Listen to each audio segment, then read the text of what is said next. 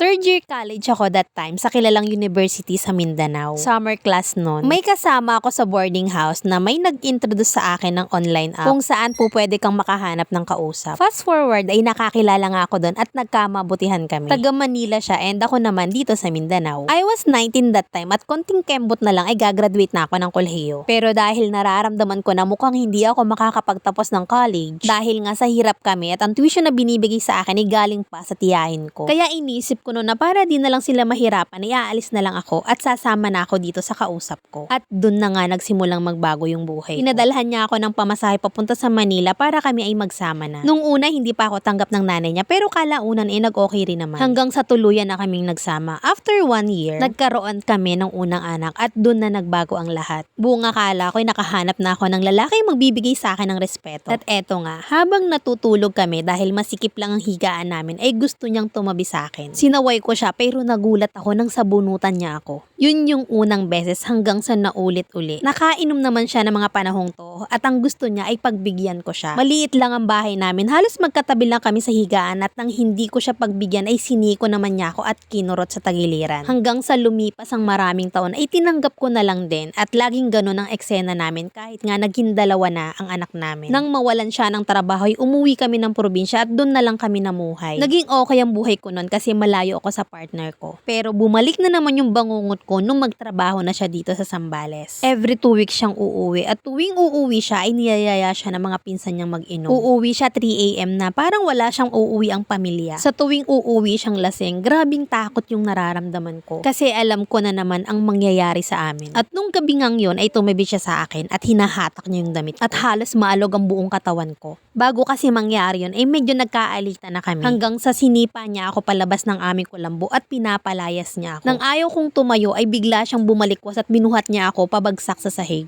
Yung damit na suot ko ay nawala na sa akin dahil pinunit niya ito. At yung pang ibaba ko'y muntik ko nang mahubad dahil doon naman niya ako hahawakan. Tuluyan na niya akong pinalaya sa bahay. Nagsisigaw siya at minumura niya ako. Isang bangungot yung gabing yon at ang tanging hiling ko lang nung gabing yon ay sana may tumulong sa akin. Yakap-yakap ko yung sarili ko dahil walang natirang damit sa katawan ko. Hindi ko lubos maisip na sa harap ng mga anak namin gagawin niya ang ganong kasama. Buti na lang dumating yung tiyahin niya para awatin kami dahil mag-uumaga na hanggang sa umuwi na ulit siya ng Zambales. Pagkalipas ng ilang buwan, tumawag sa akin ng mga kapatid ko dahil sa nangyari sa amin ng partner ko. Grabe talaga yung trauma ko kaya nag-decide na akong lumayas. Sinama ko yung mga bata at nanghingi ako ng pamasahe at agad naman ay pinadalhan nila ako. Nung nasa amin na kami, panay naman yung tawag ng biyanan ko at nagmamakaawang bumalik na kami. Pangako niya sa akin na papakiusapan daw niya yung anak niya para magbago. Panay rin ang tawag sa akin at pagmamakaawa ng ex ko. Dahil naawa ako sa biyanan ko at iniisip ko rin yung mga anak ko na ayokong mawalan sila ng ama. Bumalik ako sa kanya hanggang sa pagkalipas na naman ng ilang buwan ay nangyari na naman yung ganong eksena. Pero this time pinablatter ko na talaga siya. Dahil walang pagbabago sa kanya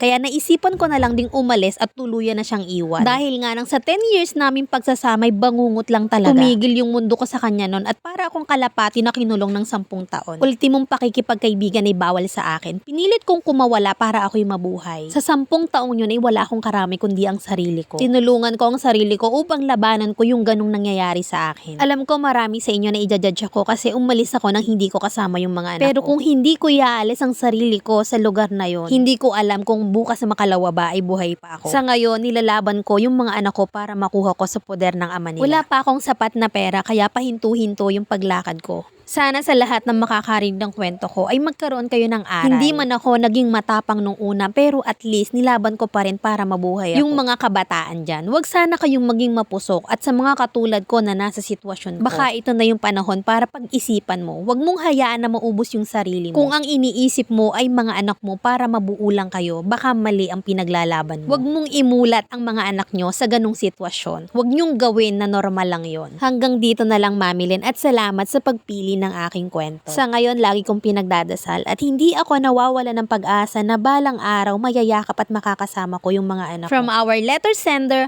Shaira ng Mindanao. Alam mo talagang nainis ako dun sa part na nakalaya ka na pero bumalik ka pa. At talagang grabe yung 10 years na pagkakakulong mo sa kanya. Ito kasi yung palaging inilalaban ng mga martir na okay lang na masaktan ka, na okay lang na tratuhin ka ng ganyan basta buo kayo. Tigilan nyo na yung mindset nyo na buo kayo pero sa loob-loob nyo naman durug na naman kayo. Hinintay mo pang pangalwahan ka Muntik ka na talaga kung hindi mo na itakas yung sarili mo. Tungkol sa mga anak mo, ilapit mo yan sa DSWD kasi DSWD lang talaga yung makakapagbigay sa'yo ng mga proper step para makuha mo yung mga bata. Napakatagal mong laban yan. Kasi lalabas dito, inabandona mo yung mga anak mo para sa kalayaan mo. Hindi ko alam yung legal process pero DSWD lang talaga yung makakatulong sa'yo. Mga may lagi nyong tatandaan ha, once na nagkasakitan na kayo physically, that is a red flag already. Lalo na if you don't feel safe at home.